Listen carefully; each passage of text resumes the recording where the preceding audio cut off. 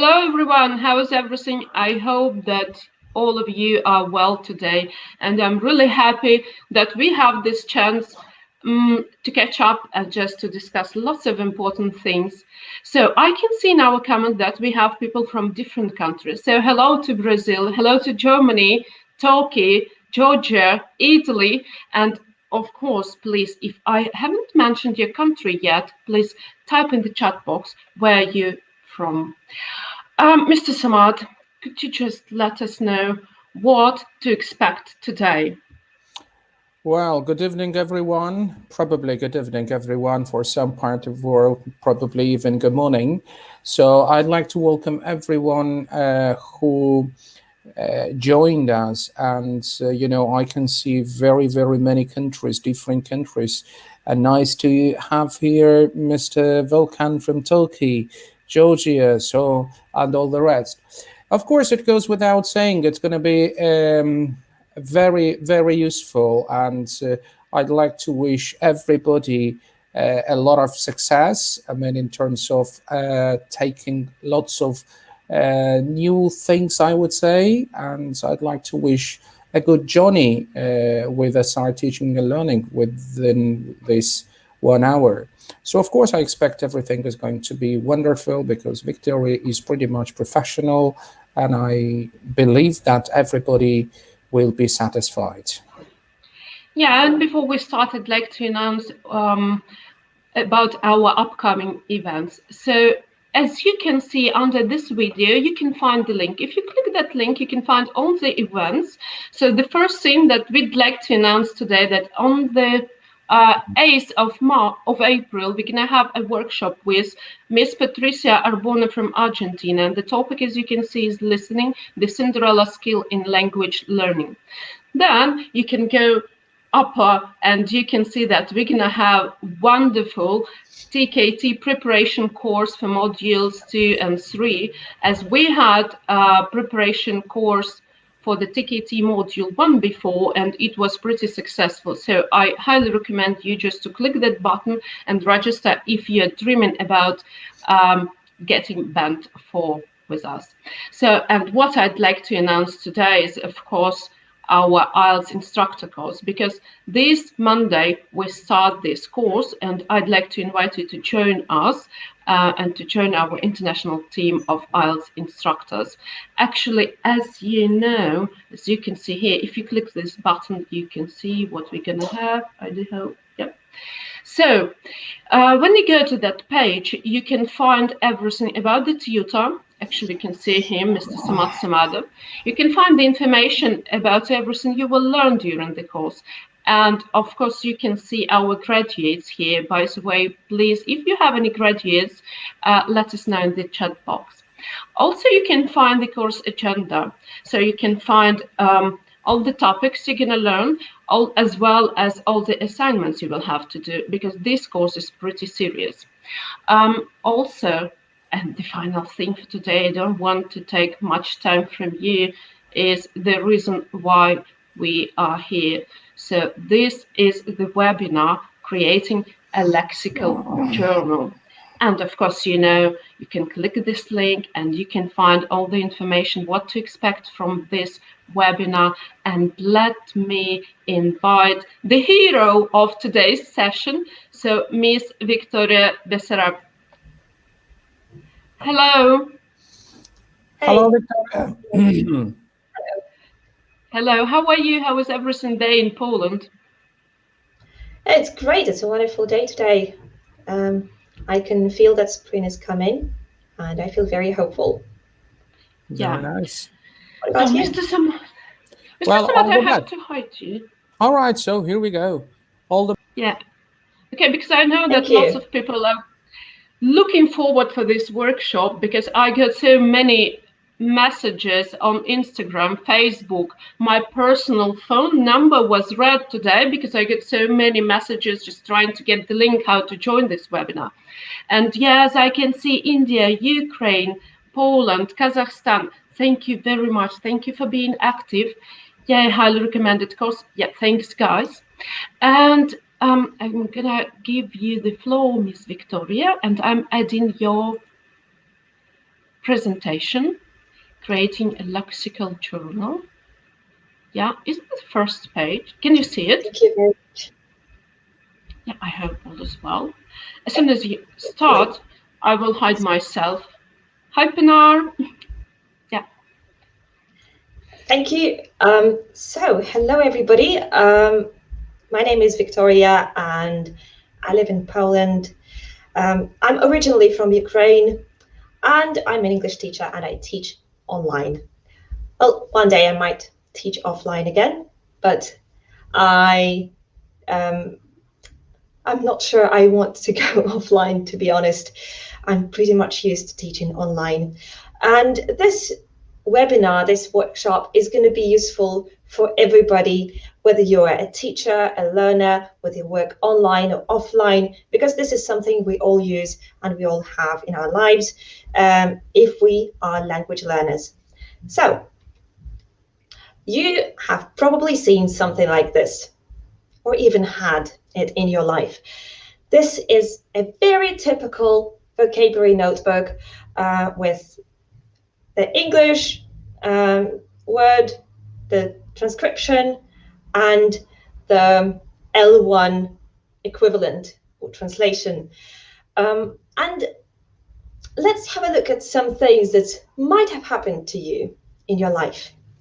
So give yourself 1 point for each thing that has happened to you.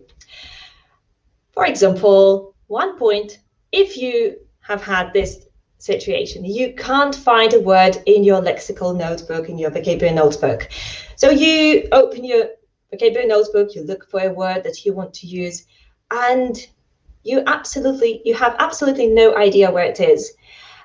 You've flicked through the pages, but you can't find the word. This definitely has happened to me. Next one, you find a random word and you can't remember how it ended up in your notebook. You have no idea when you saw it for the first time, why you came across it, what the context was, and you are genuinely surprised why it is there in your notebook. Or make it this one. It takes you at least a minute to find a word and another minute to recall this meaning, the meaning of this word. So you look at the word and you try to figure out what it means. You read the definition and you can't understand what the meaning is, or maybe you see a sample sentence. For example, this is a flower pot, and you're like, and that doesn't help. That doesn't make it any clear, any better. What about this one? You look at a word and its translation, but you are still not sure how to use it in a sentence.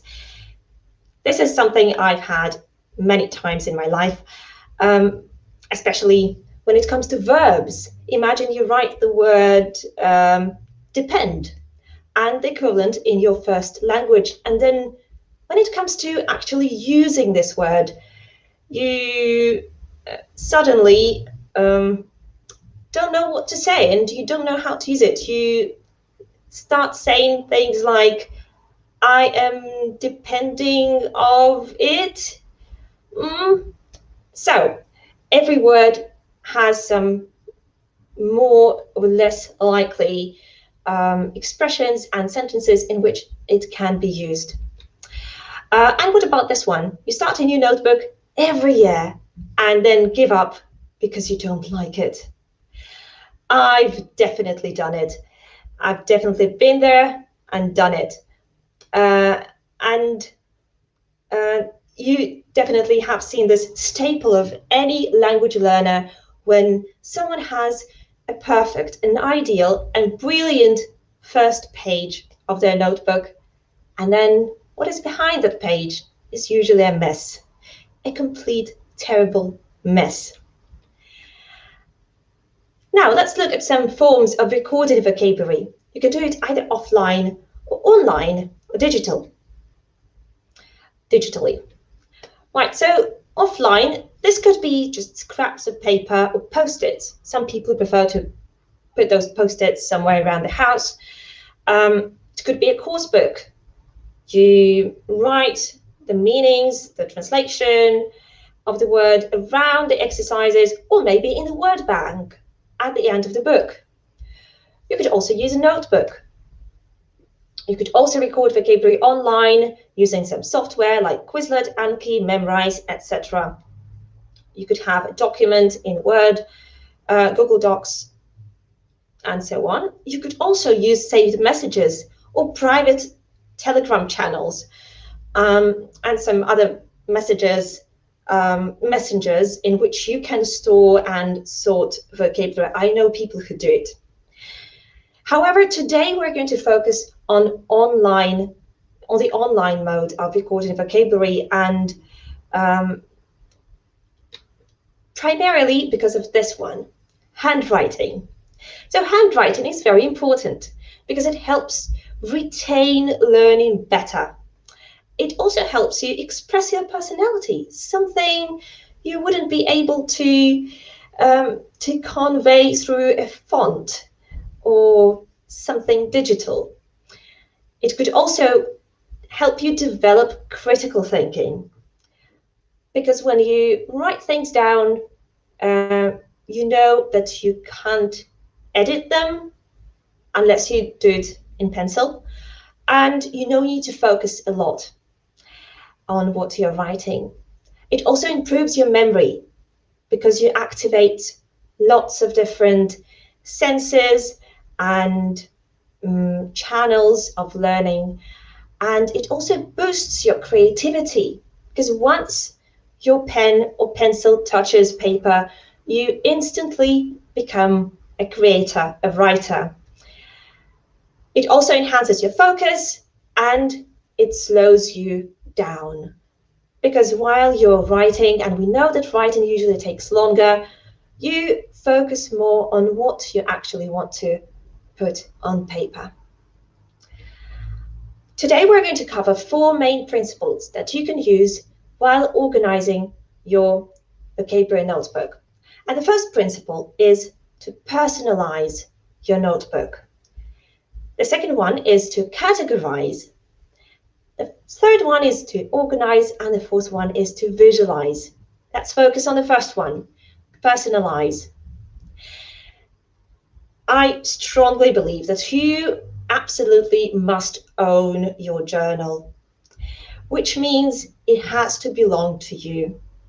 When you see it, you know this is your journal. For example, this is mine. So it has to be a very personalized notebook with a cover that you love and with the pages that you like. Maybe you prefer dotted pages, maybe you prefer grid pages. It's up to you. Stationery. It's also very important to use the stationery that you prefer and that you love.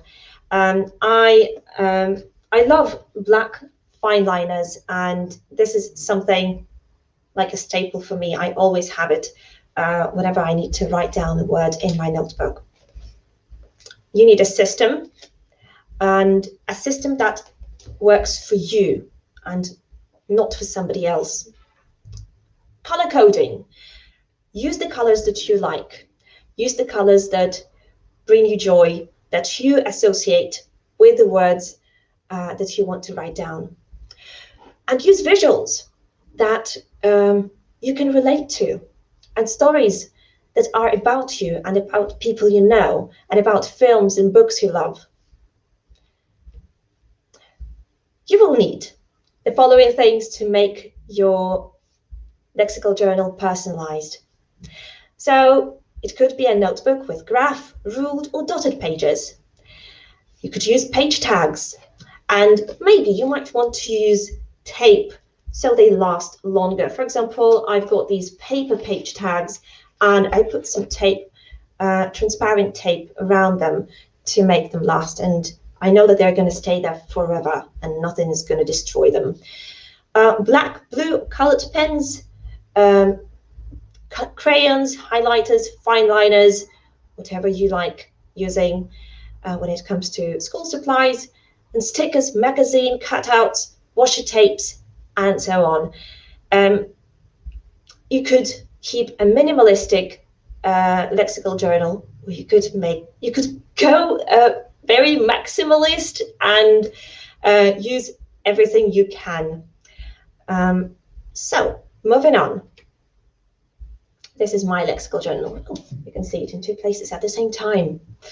So these are the page tags which I have already mentioned.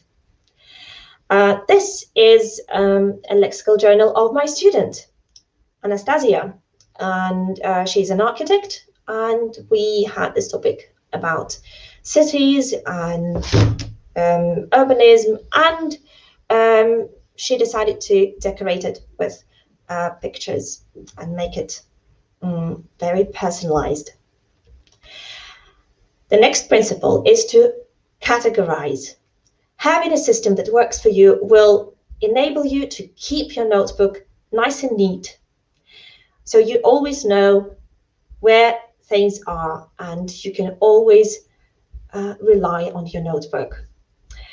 You will always be able to write down new lexes in the right place.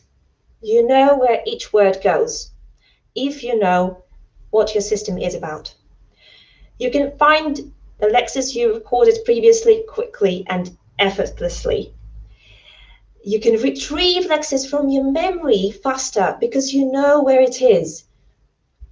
If you categorize things, you know where exactly the word is. You remember what color it is, if it has a color for you. You remember where it was on the page, more or less, or maybe in a mind map, and you can easily retrieve it from your memory. So when it comes to system, here are a few things that you could use to make the system work for you. So you could use the alphabet, something that we can see in every dictionary, in any paper dictionary.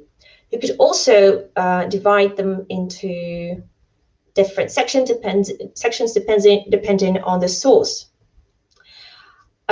Maybe you would like to divide them into different themes or topics. You could also write down words by lessons, lesson by lesson, or use the bullet journal system, which I'm going to tell you more about in a minute. So let's focus on the alphabet. This is one of the possible ways of systematizing your notebook. This has also been suggested by Michael Hughes and some other methodologists. But the problem that I see with the alphabet is that there are 26 letters in English. Depending on what language you're learning, you might have even more letters. And it might be a bit tricky finding words in those categories.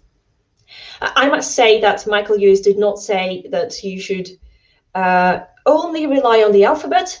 He said that you can use the alphabet for the random section, though it is more important to divide words into different themes or topics, like food, school, transport, animals, beach, films, books, going out, love, and so on and so forth.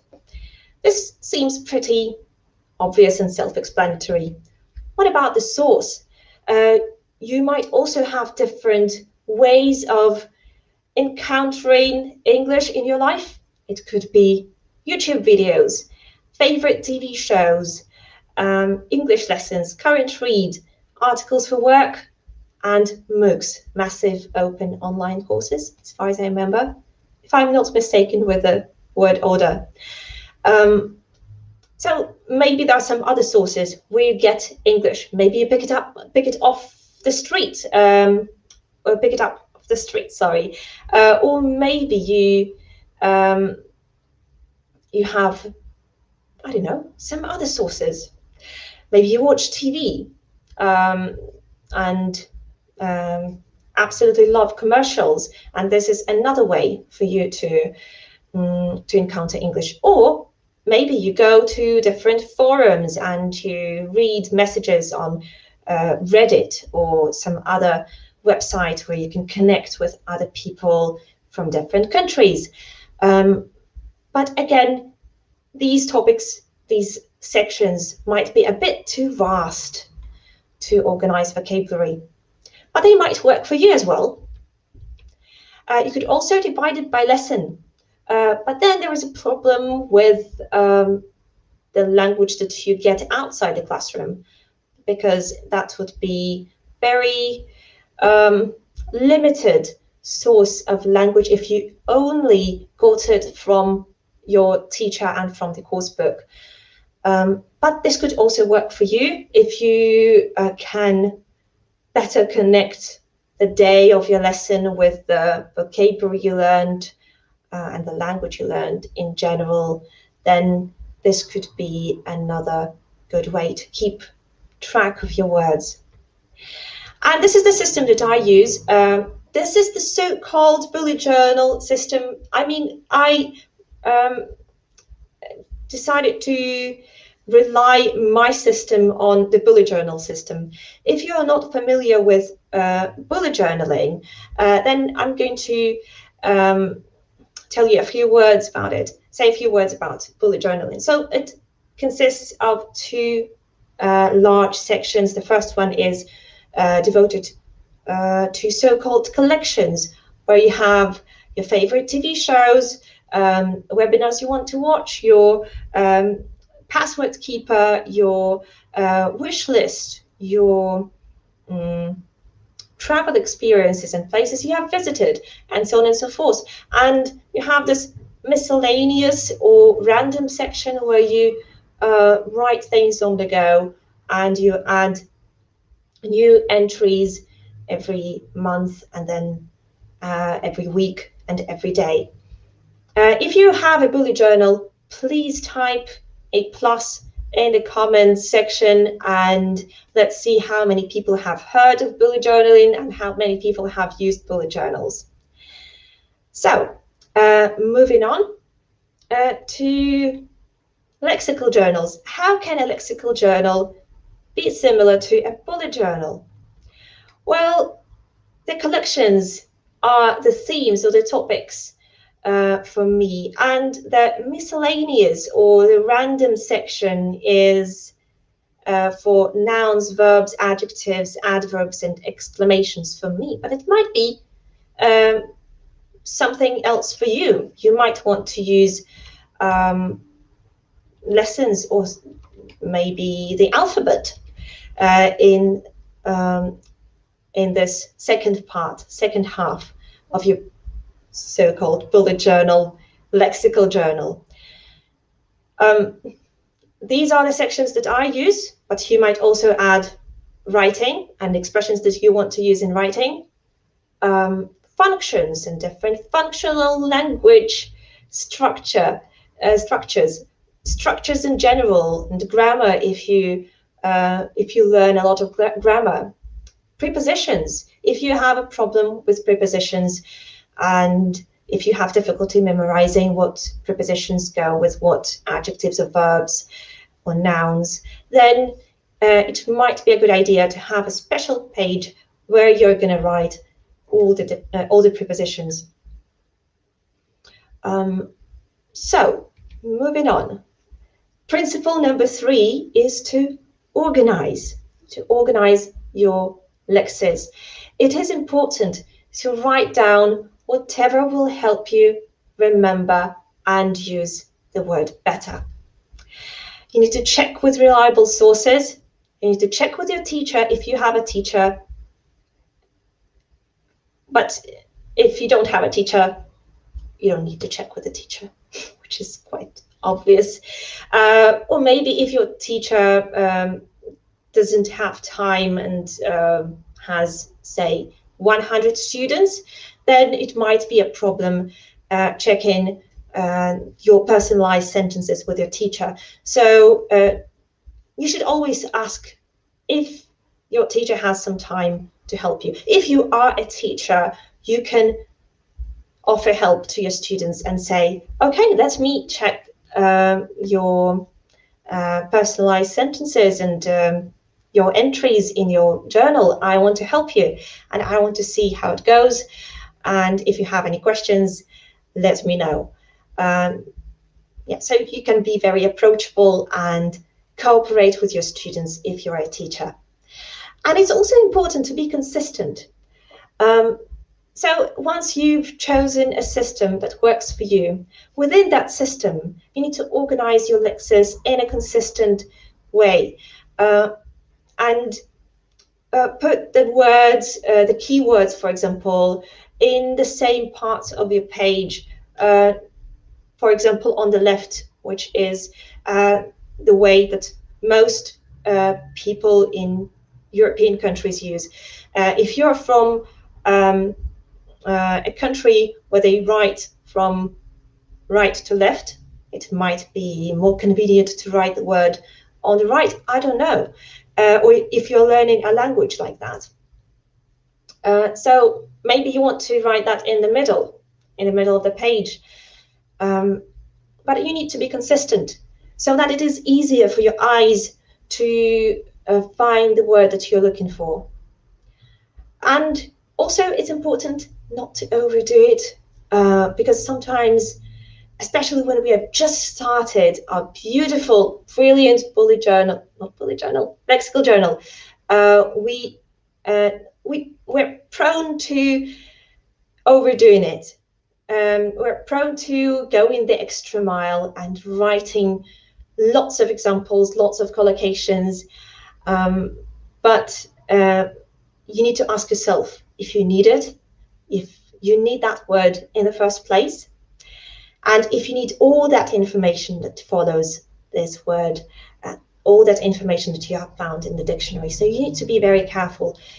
But here is one example how you can organize and be consistent. I think this journal is very consistent because you can see that all the words are in the same on the same part, in the same part of the page. They are highlighted with the same highlighter, and you can see that it's very easy to find the word that you want to have a look at. Also, here are some things that you might want to include when recording a lexical item. It doesn't have to be a single word, it could be an expression or a chunk. You might want to record the definition if you need it, or maybe just draw a picture, or maybe write a translation.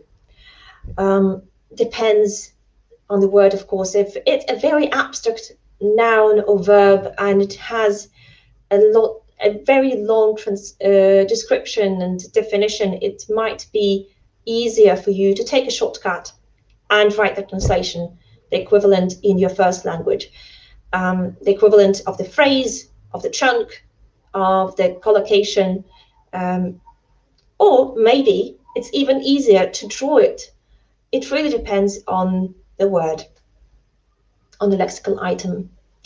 You might also want to include collocations, prepositions, verb patterns, etc. You might also want to add some sample sentences which illustrate the meaning. Maybe they could be sentences about you, about yourself, about your family, about the people you know. They could be sentences in which you saw this word, which brings us to the next point here, context in which it was first seen. So we often remember when we first heard or saw this or that word, and just think of almost any word. You probably remember where and when you heard it for the first time, and why not use it? Why not exploit this ability to relate to that particular event? And why not write down the sentence in which you saw or heard it? Maybe it was a TED Talk. Maybe it was your friend saying something and telling a story, and you remember that word in an expression or in a sentence, and you can really relate to that situation. You might also want to include formality, register, appropriacy, region where this word is used. You might want to use some synonyms or antonyms, but you absolutely don't have to. Again, look at the last point here. Do not overdo it. All right, where can you find all these definitions, sample sentences, and so on? So you can use online dictionaries. I recommend that you use online learners dictionaries like Oxford, Cambridge, and Longman. I prefer Longman, to be honest, because it gives a lot of extra information and collocations. You might want to use a collocation dictionary like Oxford Collocation Dictionary, or this Inspiration, I'm not sure how to pronounce it. You might want to add some sentences from the corpus.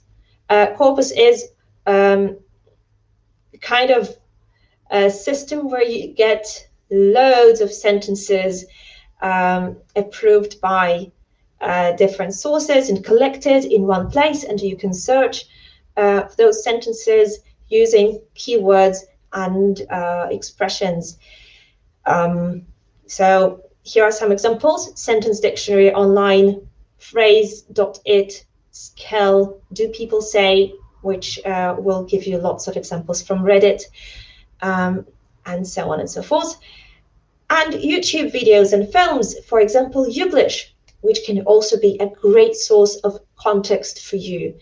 And Playphrase, where you can find phrases and words used in films. A great website to use, by the way.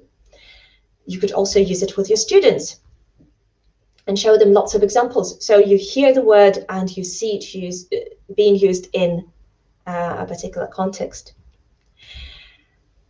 So here is an example of how you can organize your lexical journal.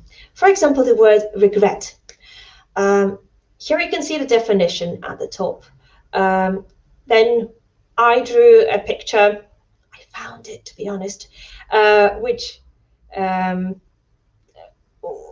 is a sort of expression that people have, that people make when they regret something.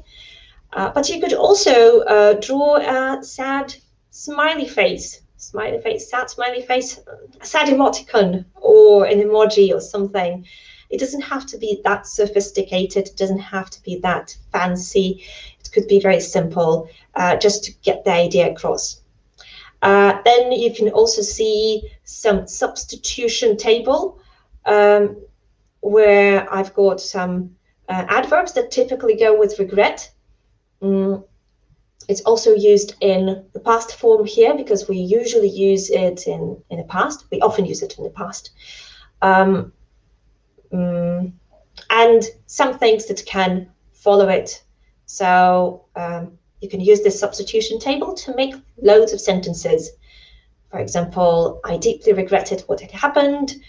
I immediately regretted my decision. I greatly regretted leaving school so early. You could substitute that with any verb ending with in. I bitterly regretted that I'd called Anna silly, or anything else. And here are some example sentences. The first sentence is a personalized sentence about me. I was slightly worried about starting my blog, but I haven't regretted it once. And the other three sentences are from online dictionaries.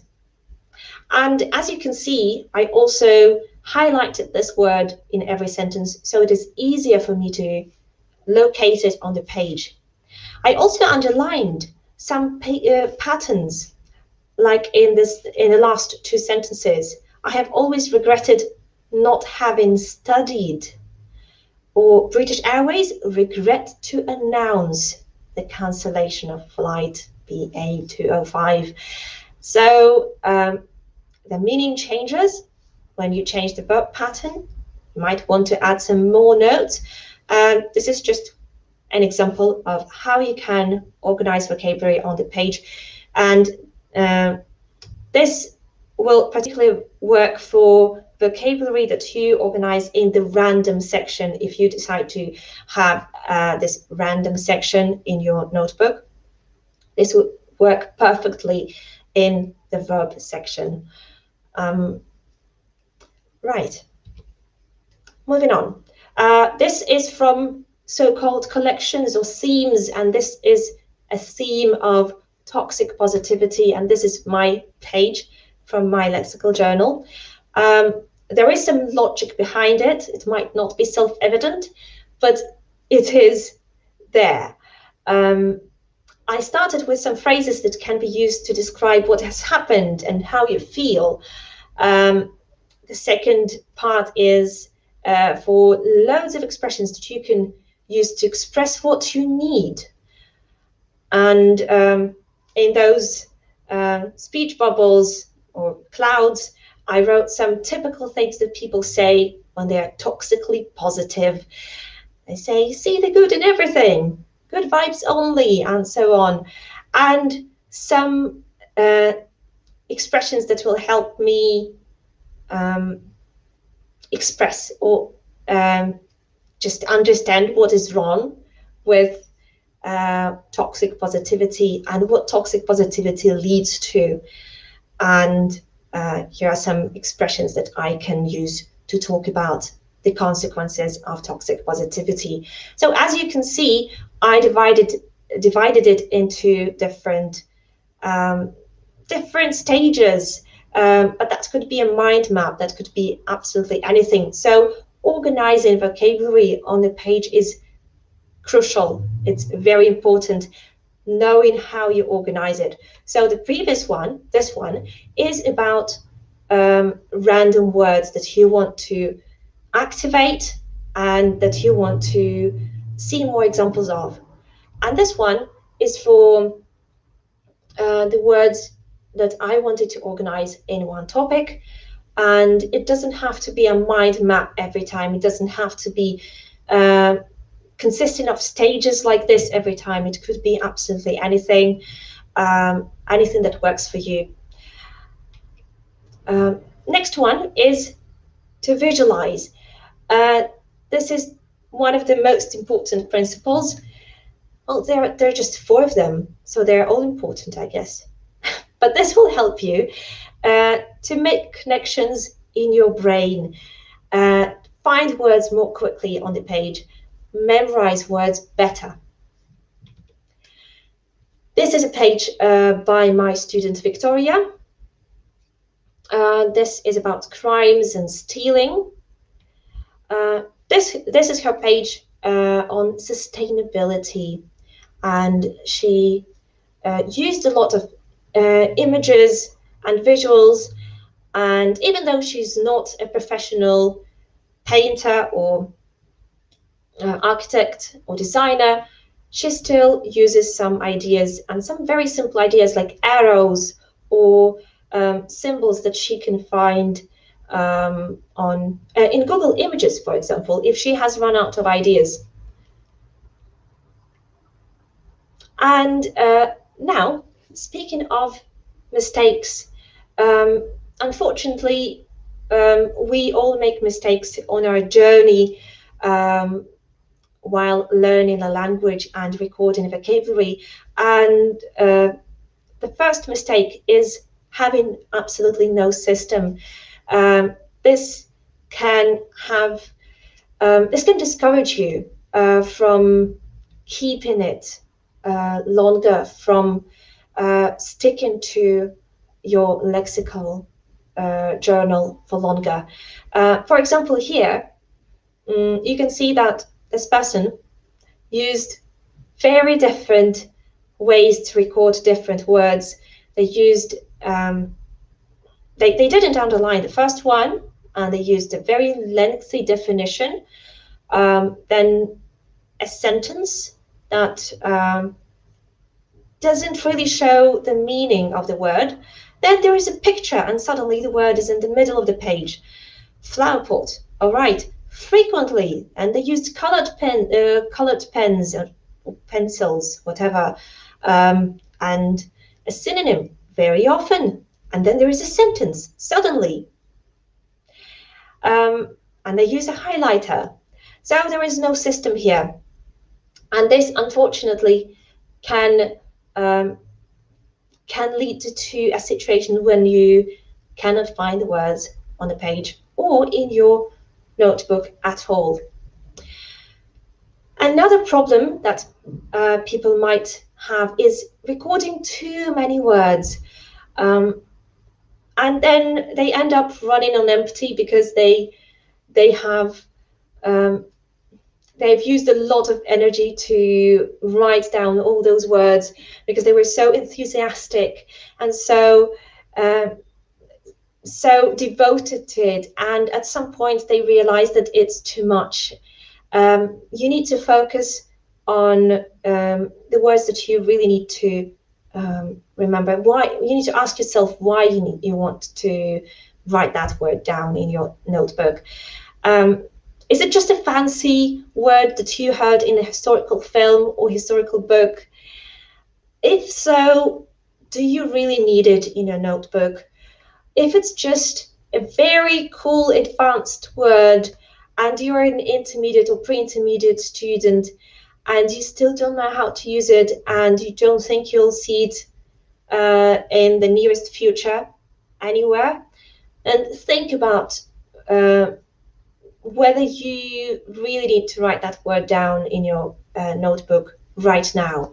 Maybe you need to wait and see if you come across this word a couple more times, and then if you see that you really need this word in your notebook, then it's a good idea to write it down. Maybe you've seen this word a million times and you kind of know this word, then why would you bother writing it down in a notebook if you already have acquired this word?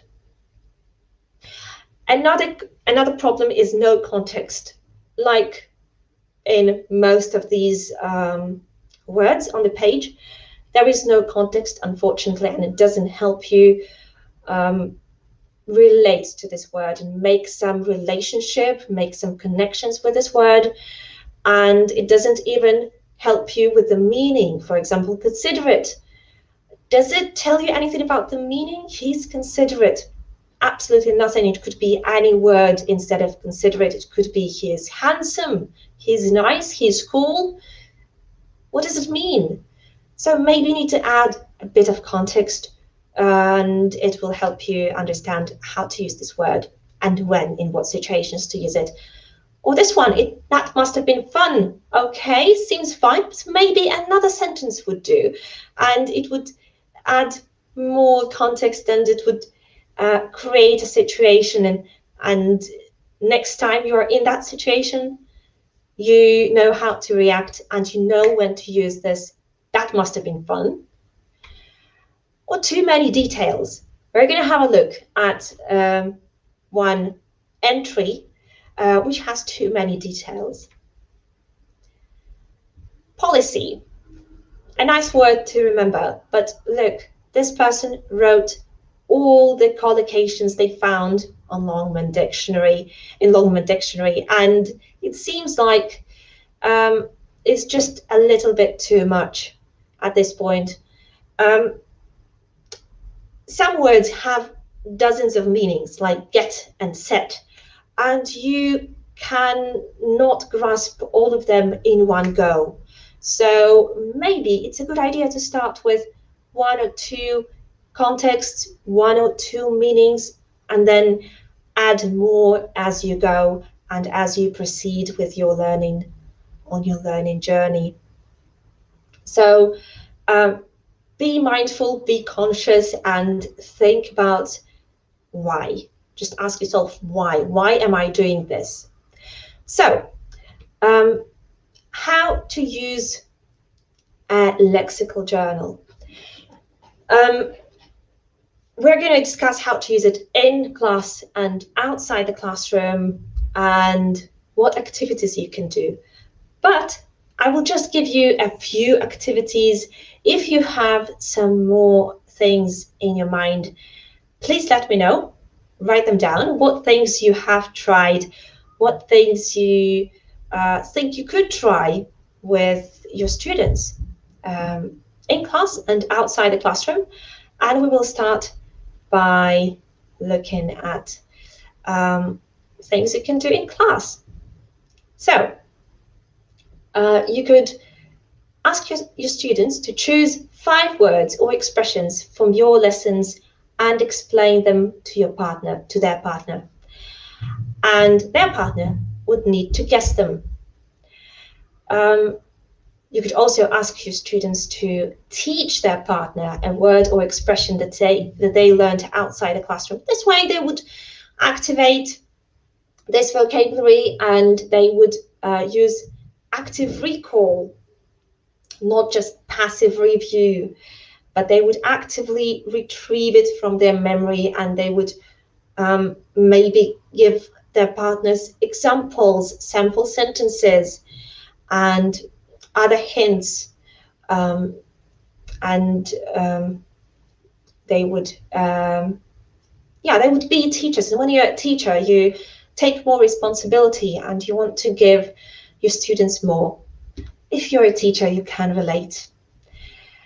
You could also ask them to tell their partners where they saw it or heard it for the first time, why they decided to write it down, whether it is related to the topics that you have covered in class.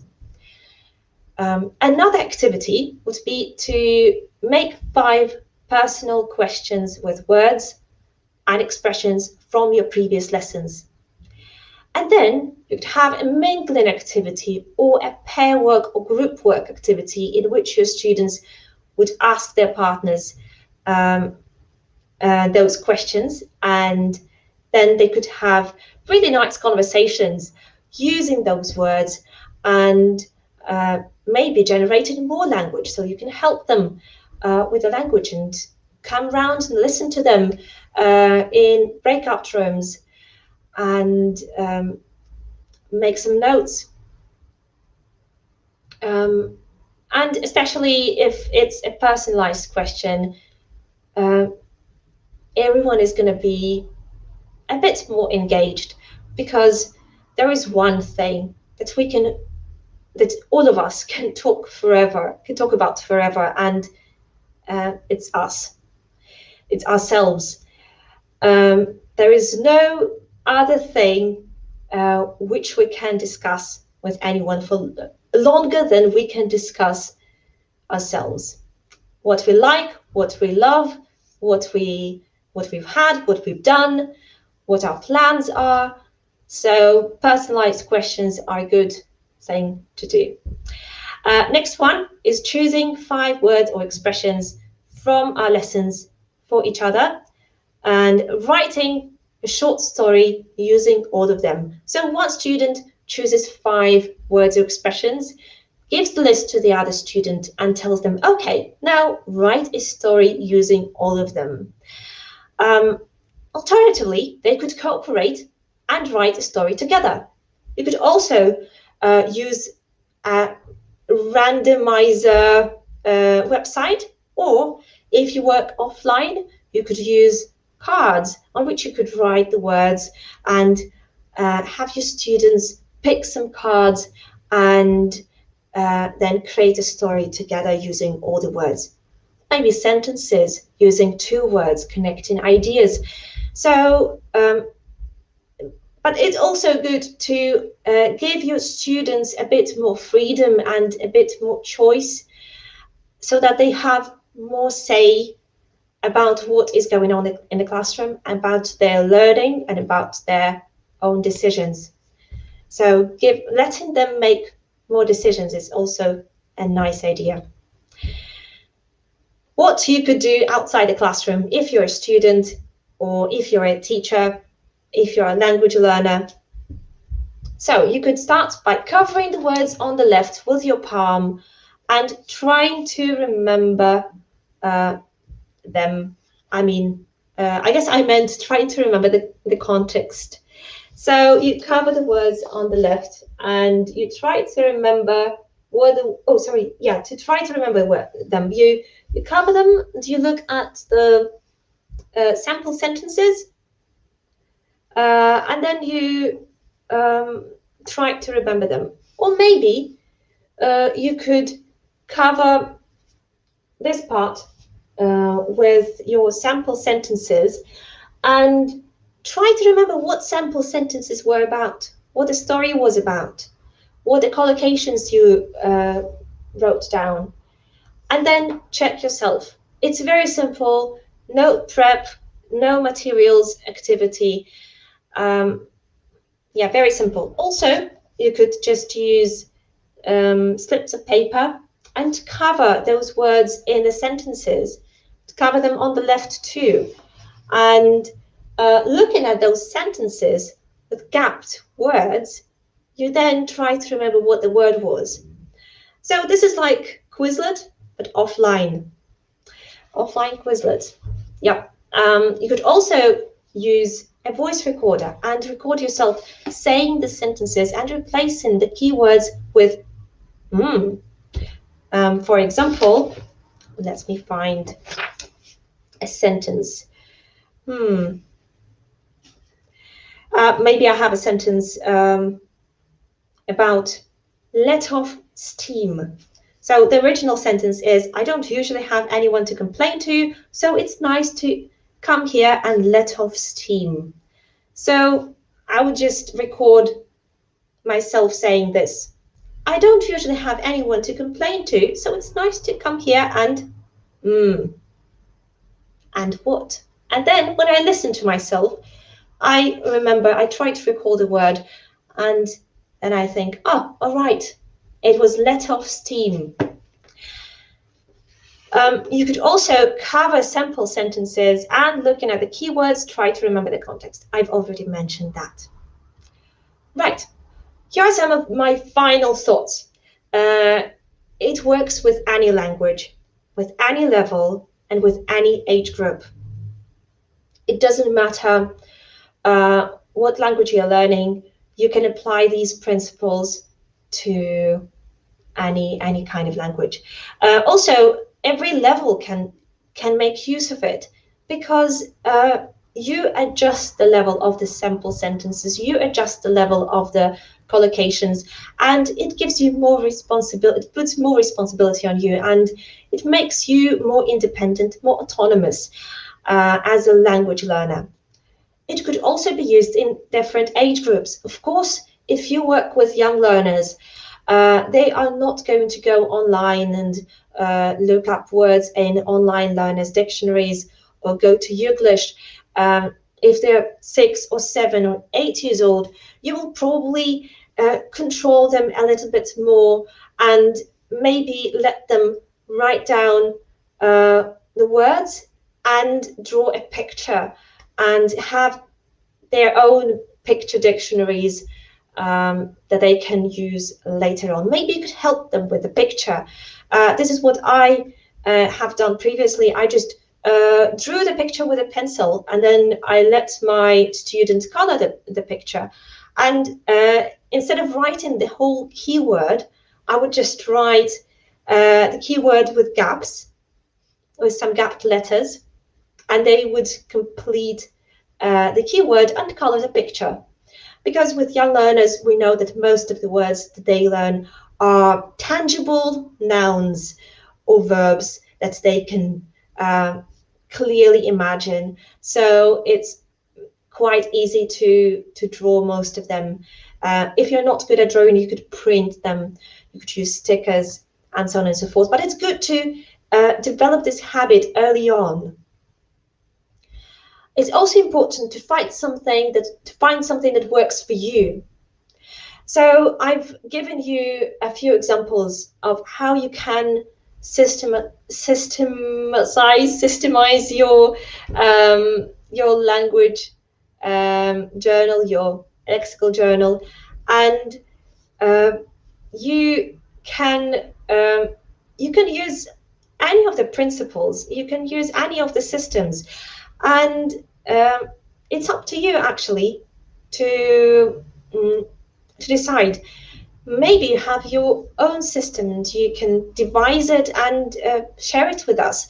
If you have some ideas, share them in the comments below this video or now in the chat on the right of this video. Also, it is essential to be consistent. So if you start doing it, you should stick to the same rules that you have created for yourself. Of course, you can develop them, you can improve them, you can work on the organization of your lexical journal, but it's very important to know what you're doing and to try to be consistent. So if it's a verb and you want to write it down in the random section in the miscellaneous section, then you write it down in the verb section in miscellaneous rather than in the adverb section. I think it's pretty much obvious, but still sometimes we forget about being consistent or we get too lazy. So maybe if you're too lazy to write it down in the way that you have created for yourself, give yourself a break and get back to it later, maybe tomorrow, and write it down the way that you want. And you absolutely must like the cover of the notebook. If you don't like the cover of this notebook, you're never going to open it. You're never going to use it. It's going to be somewhere at the back of your drawer, and you won't have any desire to look at it. So you should absolutely love your notebook. This is rule number one. If you don't like it, if it's just an ugly old scrap paper notebook, maybe it's not a good idea to start like that. Find a notebook that you're going to like. You could even make your own notebook if you can make notebooks, but you should absolutely love it. Some further reading. Here are some things that you could use to find out more. I will send you all the links and all the information. After this webinar, you will get this presentation, which you can find out more. And here is how you can contact me. You can email me or you can find me on Instagram. I'm Your English Journal.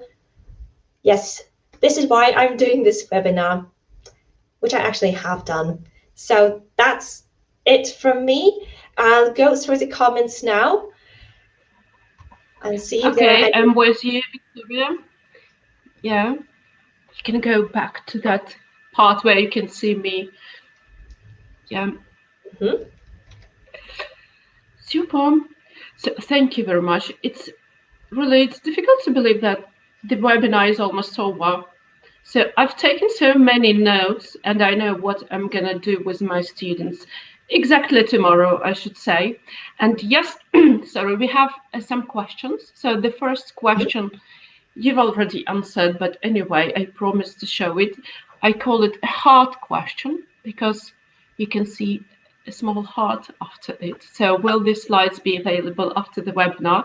As Victoria, she has already mentioned that it'll be possible for you to get it in the follow-up email. So we'll send the slides after the webinar, probably tomorrow, because you know some colleagues from other parts of the world, they're going to watch this webinar this night. So, and there is another question from Olga, your colleague from Poland.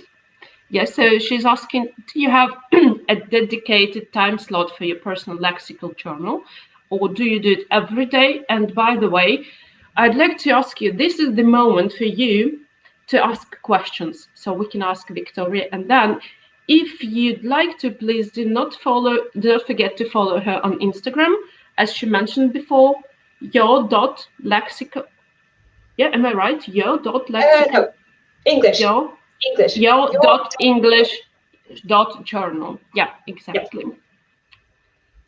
Yep. Do I have a dedicated time slot? I don't. I usually write things down as I go if I come across some word that I want to write down. And I don't do it every day by any means. I'm quite a busy teacher, aren't I, to do it every day, but I still try to do it as often as I can. And I recommend that you do it after every lesson, if you have lessons, or after every time you watch something. And I think it's better to record words immediately after you've come across them in some videos or some books, and if you have decided that you want to write them down. Yeah, so the next question, because we do have questions. So does it make sense to keep several journals according to sources, or one book is better? What do you think? And are there any psychological implications? That's an interesting question. This is the question for the next webinar, I believe. We can dedicate the whole slot to this question, actually. I think it's up to you. It should be a system that works for you. If you know that you have different strands in which you have loads of vocabulary, for example, you love MOOCs and you take different MOOCs every month, and you get a lot of information in your job. For example, your job is, I don't know, journalism, and you learn a lot of vocab in that area, then maybe it's a good idea to have a separate notebook for this particular type of vocabulary, and another one for everything else. Or maybe you might want to divide a notebook in 3 sections and have one section devoted to work, and another section devoted to different topics that you learn in your lessons, and the third part would be for random words. I think it's up to you, and you need to decide what you're going to do with that. And the next question, is it a good idea before making entry in journal to draft a plan of it? What do you think? I think it's a very good idea to do it because this is paper and it's not endless, unfortunately. You need to allocate some space for the word and to the definition, and however you place it on the page. And I often write things in pencil first, and then I decide what to change and what to add on top of that. Yeah. And we are done with questions, and now this is the moment for us to enjoy these wonderful words from all over the world. So thank you very much, and there are lots of comments like that. Yeah, thanks from Georgia. Thanks from Kazakhstan, because I know these people. Yeah, thanks from Ukraine. yeah, thank you very much. Yep, just I do not remember. As far as I remember, this is Italy. Okay, thank you very much. We learned a lot from the things you've shared. Thank you. Thanks from Turkey. Yeah, huge thanks again. So thank you very much for doing this webinar. Everything was so useful, and yeah, I enjoyed every moment of this webinar. Thank you for agreeing to be with us. So guys, thanks from Brazil as well. I can see, but I still can't show it. Yeah, thanks from Brazil. Thank you. Yeah, Italy, wonderful memory. Thank you, guys. So do not forget to follow Victoria on Instagram, yo.english.journal, and see you soon. Thank you, guys.